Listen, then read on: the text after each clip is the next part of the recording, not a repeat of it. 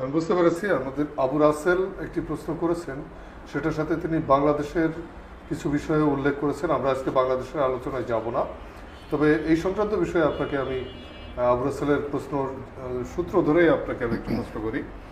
সেটি হচ্ছে যে শরিয়ার যে বিষয়টা, এটা এক এক স্কলার এক এক ধরনের ব্যাখ্যা করেন। দুনিয়ার দেশভেদে ব্যাখ্যা আছে। যেমন আমরা দেখব যে ইরানের পাশেরই আরেকটা দেশ আফগানিস্তান, যারা দীর্ঘ 20 বছর মার্কিন বাহিনীর বিরুদ্ধে লড়াই করে তারা রাষ্ট্র ক্ষমতা দখল করেছে, সেখানে শরিয়ার এক ধরনের ব্যবহার, ইরানে আরেক ধরনের ব্যবহার, আমাদের দেশের প্রেক্ষাপটে আরেক ধরনের চিন্তা, আরেক ধরনের কথা বলা হয়। আসল শরিয়া কোনটা সেটা আমরা কিভাবে জানি? আমি বলি, দেখেন, আমাদের দেশের মুসলমানদের প্রতি আমি খুব বিরক্ত। সত্যিকার অর্থে আমি কিন্তু মনে করছি যে এই যে মধ্যপ্রাচ্যে যে ঘটনাটা ঘটছে, আমরা তো কথায় কথায় মসজিদে ইহুদি নাসারাদের গালি দিই। আরে ভাই, মুসলমান যদি তার আকাশ, তার মাটি, তার সমুদ্র ব্যবহার না করতে দিত, তো এই আক্রমণ কীভাবে করতো? সুতরাং কোথায় কোথায় ইহুদি নাসারা বলার দরকার নেই। গাদ্দার তো আমরাই, আমাদের মধ্যে রয়েছে। এবং এটা হয়েছে কিন্তু এই যে নানান ব্যাখ্যা দিয়ে, একটা নবী, একটা কোরআন, একটা আল্লাহ, আপনার এত মাজাহাত, এত পীরতন্ত্র, টুপি গোল না লম্বা হবে, পাঞ্জাবি সাদা না সবুজ, এইগুলো তো ধান্দাবাজি, এগুলো ইসলাম না। দেখেন, ইসলামিক রাষ্ট্র, এই কনসেপ্টটাও ইসলাম বিরোধী।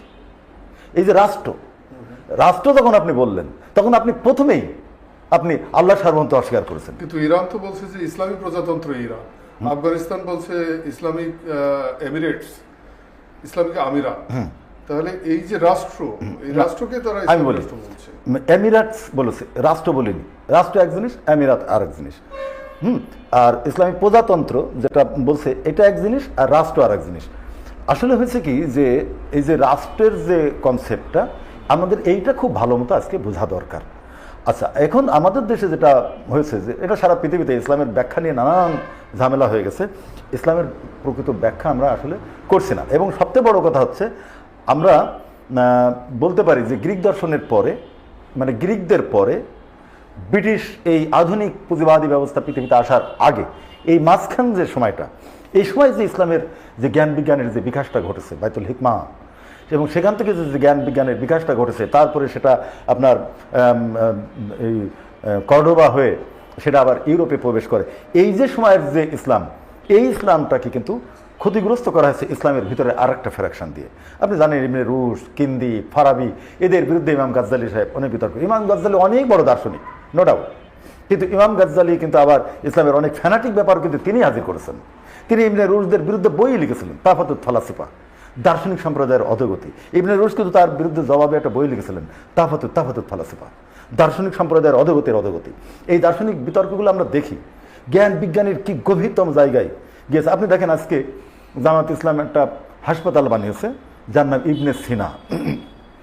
এই কিন্তু জামাত ইসলামের বা আমাদের দেশের মুসলমানরা কিন্তু ইমাম গাজ্জালিকে ফলো করে। কিন্তু ইমাম গাজ্জালি স্বয়ং যাকে বেদাত বলে, কাফের বলে চালিয়ে দিয়েছেন, সে কিন্তু ইবনে সিনা। তাহলে ইবনে সিনার নাম ব্যবহার করছো কেন? আর ইবনে সিনার নাম যদি ব্যবহার করো, তাহলে ইবনে সিনার দর্শনকে অন করতে হবে। দর্শন অন করলে তো তুমি ফ্যানাটিকের বাইরে যাবা। আর যদি তুমি এটা অন করো, তাহলে তো ইবনে সিনার নাম ব্যবহার করতে পারো না। অনেকগুলো সূক্ষ্ম ব্যাপার রয়েছে। ফলে ইসলামকে যদি আপনি বিজ্ঞান থেকে আলাদা করে ফেলেন, অর্থাৎ কোরআনকে যদি বিজ্ঞান থেকে আলাদা করে ফেলেন, তাহলে মুশকিল। ফলে এখানে যে শরিয়ার ব্যাখ্যা নিয়ে আমাদের অনেক পার্থক্য রয়েছে। শরিয়া মানে মাস্ট বিজ্ঞান নির্ভর। আল্লাহ, এই কোরআনটা মহাবিজ্ঞানময় গ্রন্থ। আপনি এই বিশ্ব ব্রহ্মাণ্ডের মধ্যে, এই যে আজকে জেমস ওয়েব যে মহাশূন্যে গেছে, জেমস ওয়েবের প্রতিদিনকার রিপোর্টগুলো দেখেন, বিজ্ঞানের এ যাবৎকালের সমস্ত মিথ ভেঙে ফেলেছে, বিগ ব্যাং থিওরি বাতিল হয়ে গেছে। আমরা আসলে বিশ্ব ব্রহ্মাণ্ডের কিছুই জানতে পারিনি, কিছুই না। মানে 0.0 দিয়ে একটা অন দিলে যতটুকু হয়, আমরা তাও জানতে পারিনি। ফলে আত্মসমর্পণই হচ্ছে এখানে মুক্তি। কোথায়? এই রহস্যময়তার কাছে। রহস্যময়তার কাছে আপনি ফার্স্ট আত্মসমর্পণ করেন, তারপরে আপনি সম্বিত ফিরে পাবেন, দম্ভের কবর ঘটবে, তখনই আপনি বাস্তবে ফিরে আসবেন। তখন মানুষ, ইনসাফ এবং জীবন, এই দুঃখ, এগুলো আপনি দেখতে পাবেন। আপনার অহম, আপনি সব পারেন, এই অহম কিন্তু আপনাকে সত্য দেখতে দিচ্ছে না। চোখটাকে, চশমাটা পাল্টিয়ে ফেলেন। এই বিশ্ব ধারাধামের আমি কিচ্ছু না, আমি এই বিশ্ব ধারাধামের এক মহাজাগতিক শক্তির করুণা মাত্র। তার কাছে আত্মসমর্পণ করেন, এই সমগ্র জীবনটা ছেড়ে দেন। তারপরে আচ্ছা, এই দার্শনিক আলোচনা আমরা হয়তো সুযোগ পাইলে আরো একদিন করব। আমি আরেকজন দর্শকের একটু প্রশ্ন নিই। আজাদ, তিনি বলছেন এই ইরান সংক্রান্ত ইস্যুতে এর আগেও যে হামলাগুলো হয়েছে বেশিরভাগ হামলায় জাতিসংঘের কোনো সম্মতি ছিল না। দ্বিতীয় বিশ্বযুদ্ধের পরে জাতিসংঘ গঠিত হয় সারা পৃথিবীতে একটা শান্তিময় একটা স্থিতিশীল অবস্থা তৈরি করার জন্য, রক্ষা করার জন্য। তো একের পর এক জাতিসংঘকে অবহেলা করে, তাদের নির্দেশ অমান্য করে অথবা তাদের কোনো কনসেন্ট না নিয়ে এই হামলাগুলো করা হচ্ছে। তাহলে এই জাতিসংঘের আদৌ কোনো প্রয়োজন আছে কিনা? জাতিসংঘের আর কোনো প্রয়োজনীয়তা নেই। জাতিসংঘ হচ্ছে পৃথিবীর সবথেকে অগণতান্ত্রিক একটা সংগঠন। বুর্জোয়া গণতন্ত্রটা কি? মেজরিটিজ মাস্ট বি গ্রান্টেড, এই তো। আর জাতিসংঘ হচ্ছে একমাত্র প্রতিষ্ঠান যেখানে আপনার ভেটো পাওয়ার আছে। একজন একটা ভোট যদি না করে দেয় তাহলে সেটা হবে না। ভেটো পাওয়ার 5টা রাষ্ট্র, প্রথমত তার ভেটো পাওয়ার 5টা রাষ্ট্র থাকবে কেন? এটা একটা অগণতান্ত্রিকতা। 5 জনে মিলে ওনারা ভেটো পাওয়ার বানায় নিয়েছে। এইবার 5 জনের মধ্যে একজন যদি না করে তাহলে আর গ্রহণ করা যাবে না। তাহলে পৃথিবীর সবথেকে অগণতান্ত্রিক রাষ্ট্র জাতিসংঘ। আচ্ছা, এইবার এই জাতিসংঘটা মূলত চলে আমেরিকার টাকায়। তার প্রয়োজনে তৈরি হয়েছিল। আপনারা জানেন যে যখন জাতিসংঘ তৈরি হচ্ছিল তখন কিন্তু স্টালিন জাতিসংঘের মধ্যে আসছিল না। এবং স্টালিনরা জানতো যে তোমাদের জীবন আলাদা, আমার জীবন আলাদা। তোমরা যুদ্ধ করেছো, পুঁজিবাদের আভ্যন্তরীণ দ্বন্দ্বে যুদ্ধ শুরু হয়ে গেছে, আমরা এর মধ্যে নেই।